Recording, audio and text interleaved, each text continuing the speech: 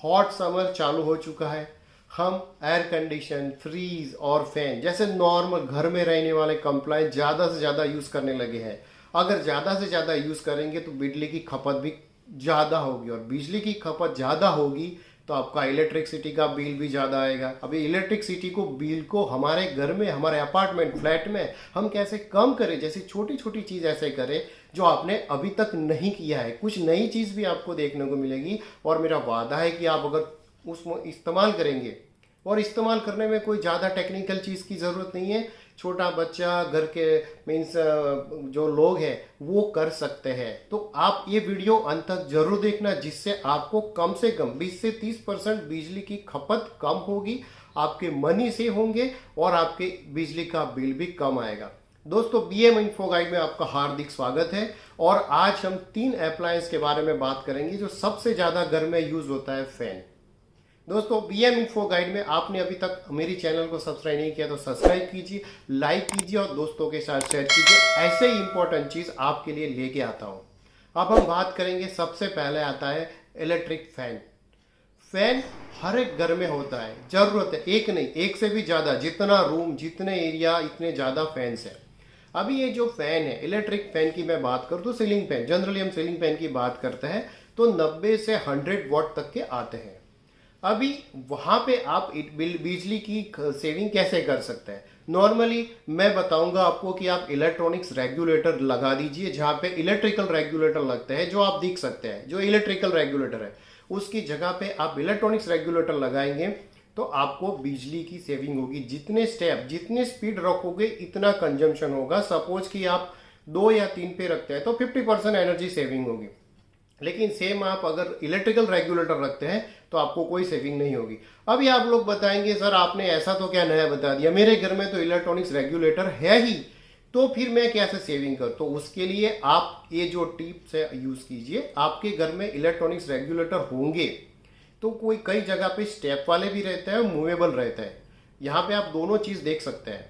तो जहाँ पे स्टेप वाले होते हैं उसमें कंपेरेटिवली मूवेबल होता है, उसमें सेविंग की ज़्यादा, क्योंकि वो स्टेप बाय स्टेप चलते हैं और यहाँ पे आपको अंदाजा नहीं लगता है। तो अगर आपके यहाँ पे खराब हो चुके हैं और रिप्लेस करना चाहते हो तो स्टेप वाले इलेक्ट्रॉनिक्स रेगुलेटर यूज कीजिए। दूसरी इंपॉर्टेंट चीज़ कि आपके पास इलेक्ट्रॉनिक्स रेगुलेटर है, लेकिन आप स्पीड जो है 1 2 3 4, आप जब भी फैन की स्पीड चलाए आपको जितना जरूरत है इतना स्पीड पे रखिए, तो उससे आप जितना भी स्टेप ज़्यादा बढ़ाओगे इतनी खपत ज़्यादा होगी। अभी उसमें टेक्निकली भी मैं बात करूं तो जो इलेक्ट्रिकल रेगुलेटर होते हैं, इसके वहाँ पे रजिस्टर होता है, तो वो आपकी बिजली को क्या करता है, हीट में डिसिपेट कर लेता है। इससे सेविंग नहीं होती है, वो उसकी आपकी लॉसेस होती है, इसलिए सेविंग नहीं होती है। इलेक्ट्रॉनिक्स रेगुलेटर में आप नॉर्मली बताएं जो ट्रैक होता है, उसकी वजह से जितना भी आपको बिजली चाहिए इतना भी यूज होगा, इसलिए उस पर सेविंग रहती है। तो दोस्तों, आप थोड़ी सी वो मीन्स रखेंगे और स्पीड एक स्टेप कम रखेंगे तो आपको बिजली का सेविंग डेफिनेटली होगा। और फैन आप अगर नया परचेस करना चाहते हैं तो एडिशनल एक ट्रिप क्या है कि अभी जो नए जमाने का फैन है वो BLDC फैन है। BLDC फैन आपने देखा होगा, नहीं तो मैं डिस्क्रिप्शन बॉक्स में कुछ BLDC फैन जो मार्केट में मिलते लगा दूंगा, वहां से भी आप परचेस कर सकते हैं। BLDC फैन में अगर आप परचेस करेंगे तो नॉर्मल हमारे फैन होते हैं 90 से 100 वॉट के आते हैं, BLDC फैन 40 वॉट के आते हैं, तो सीधा आपका 60% एनर्जी सेविंग हो जाएगी। रिमोट कंट्रोल वाले रहते हैं और उसमें भी इलेक्ट्रॉनिक्स रेगुलेटर रहता है तो उसमें और सेविंग हो जाएगी। आपको BLDC फैन हो उसमें कुछ भी आवाज नहीं आती है, एकदम स्मूथ चलते हैं, मेंटेनेंस फ्री है। और अभी अगर आप परचेस करना चाहते हैं तो BLDC फैन ही परचेस कीजिए। नॉर्मल फैन से लुकआउट में भी बहुत ही अच्छे हैं, आवाज भी नहीं आती है और बहुत स्मूथ चलते हैं, और एनर्जी सेविंग आपको 60 से 65% होती है। ये बात कर लिया हमने, फैन का बात कर लिया। अब हम आते हैं फ्रीज के बारे में। फ्रीज आपके वेराइटीज ऑफ साइज आपके फैमिली के हिसाब से आप यूज करते हैं, लेकिन समर में क्या है कि बहुत सारी चीज हम लाते हैं और फ्रीज में रख देते हैं। इतना इंश्योर करके आपकी जो जितनी स्पेस है उसके पूरा 100% भर मत दो, 70-80% आप भर के रखो। जितना जरूरी है इतना लाके भरोगे तो उसका अंदर जो सर्कुलेशन होगा वो अच्छी तरह होगा और फ्रीज आपके कंट्रोल में चलेगा। तो सबसे पहले जितना जरूर है इतना ही भरो, एकदम 100% न करो। अदरवाइज अगर आपको जो बहुत जरूरत पड़ती है तो साइज आप रिप्लेस करके अच्छे वाले ISI मार्क वाले इन्वर्टर फ्रीज लीजिए, जिसकी वजह से आपकी एनर्जी सेविंग होगी। अगर नया लाना है तो, अगर पुराना है तो उसके लिए टिप्स आप फॉलो करोगे तो आपको डेफिनेटली एनर्जी सेविंग 100% होगी। उसके बाद फ्रीज जो आपने रखा है, एक बार देख लो कि फ्रीज और आपके जो पीछे दीवार है उसके पीछे कम से कम नहीं तो एयर सर्कुलेशन जितना कम से कम आधे फुट या तो आधे फुट का जगह होना ही चाहिए, चाहे कोई भी नया जमाने का हो या पुराना, लेकिन आपको पीछे जगह है थोड़ी रखनी जिसकी वजह से तो हीट डिसिपेशन हो जाए। उसके बाद डायरेक्ट सनलाइट आती है वहां पे आप आपका फ्रिज मत रखो। सेकंड, फ्रिज के अंदर गर्म चीज आप मत रखो। कई बार क्या था, दूध गर्म कर दिया और उसके बाद गर्म करने के बाद उसको वो सीधा आपने रख दिया, तो गर्म चीज आप ये मत रखो।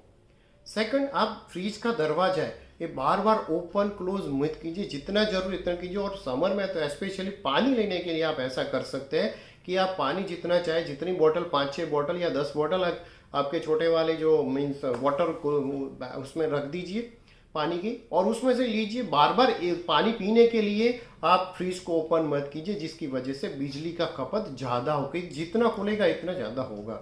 और आपके जो फ्रीजर का कंपार्टमेंट है प्लीज उसको भी आप अच्छी तरह से जितना यूटिलाइज हो 70-80% यूटिलाइज कीजिए, और उसका जो दरवाजा है प्रॉपरली बंद होगा। डबल डोर वाला है तो कोई इश्यू नहीं है, आप अच्छी तरह से बंद कर सकते हैं।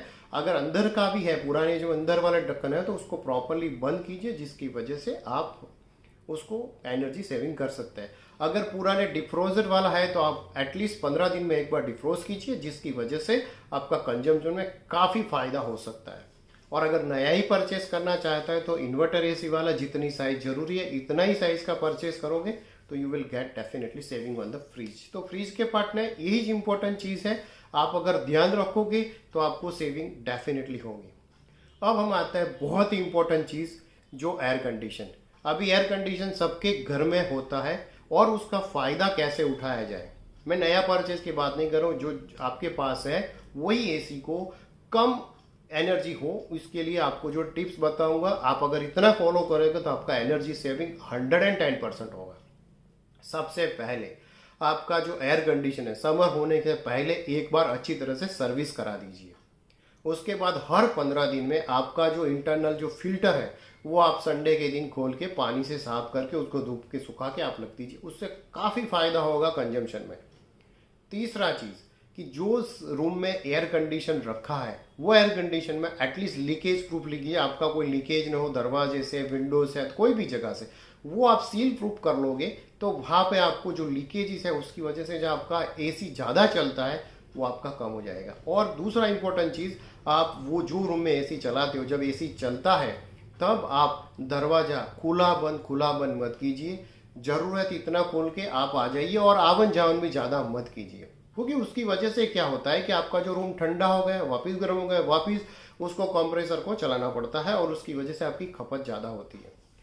जो रूम में AC है वहाँ पे अगर आपकी विंडो है और सनलाइट डायरेक्ट आती है तो आप वहाँ पे सन फ्रेम रख सकते हैं, या तो कर्टेन ऐसा रखिए कि ब्लैकआउट के साथ जो उसमें आपके बाहर की गर्मी डायरेक्ट ट्रांसफर होकर ना आए, उसकी वजह से आपका रूम ठंडा भी रहे और उसमें जब AC चलाते हो तो आपको कंजम्पशन कम आए।